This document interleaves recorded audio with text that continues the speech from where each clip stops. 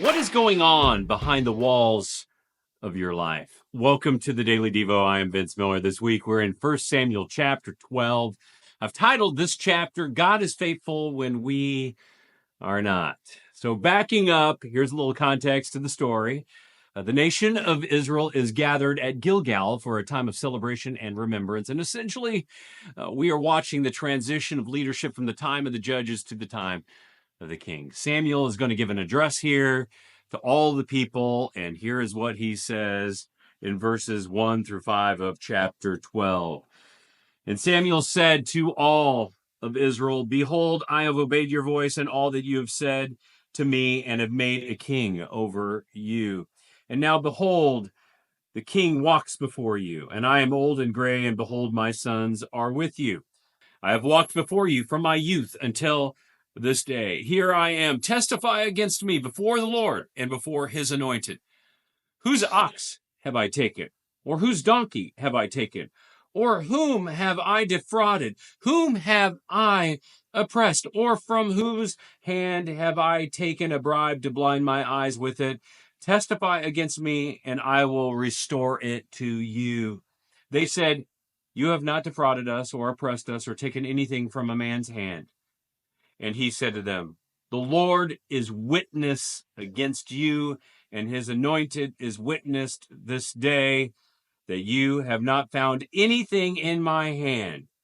And they said, "He is witness." So what Samuel is doing here is he exposing his leadership character and integrity to the people. He is saying, "Examine me as I have examined myself." And this is a very deep examine here.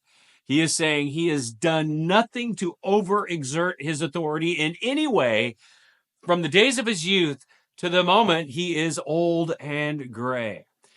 And you know what? Many men and leaders are unwilling, I think, to do what Samuel does here. It's the same reason many don't want to go to marital counseling, don't go to medical exams, or don't like legal audits. They're afraid. They're so scared of what they don't know, might learn, or have spent maybe their lifetime hiding. Yet the man who submits himself to examine like this is willing to expose himself. He is the one who experiences the most freedom in life because he has nothing to hide. He lives consciously free because he has been consciously freed from the fear and the bondage of all hiding. You know, many years ago, I was walking through a large multi-million-dollar home that a friend of mine was building for one of his clients. It had just been framed. And as we walked through the house, he was describing it. But he noticed a few twisted studs in some of the walls. On the way out, I watched as he grabbed a hammer and he beat 3 of these studs out of the walls. Honestly, I was a bit surprised by what he did, but I'll never forget what he said to me next. He said, "Vince," he said, "the owner would never know about those twisted studs after the wall board is up. But," he said, "I would always know. And these people work with me because they know that I build homes with integrity." That was an unforgettable, teachable moment for me. You know, the problem is that most leaders don't behave like this.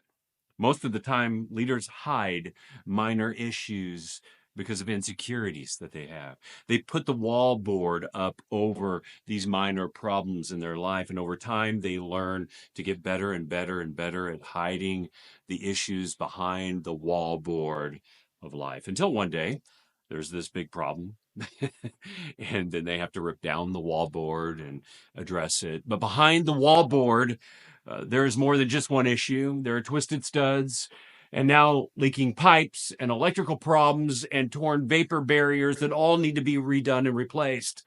Now the issue affects not only them, but everyone in their home, and the price tag is costly.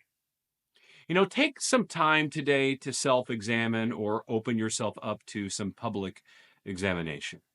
Get over your resistance to change.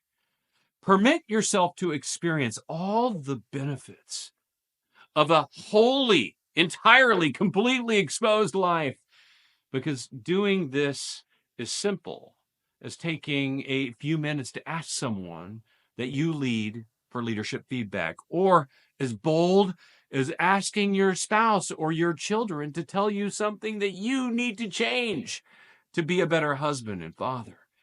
Remember, to find freedom and genuine integrity, you might sometimes have to rip out some studs and some wallboard. So get to work. I love you guys. I pray this has blessed you. If it has, share it with someone else and live all in for him who lived all in.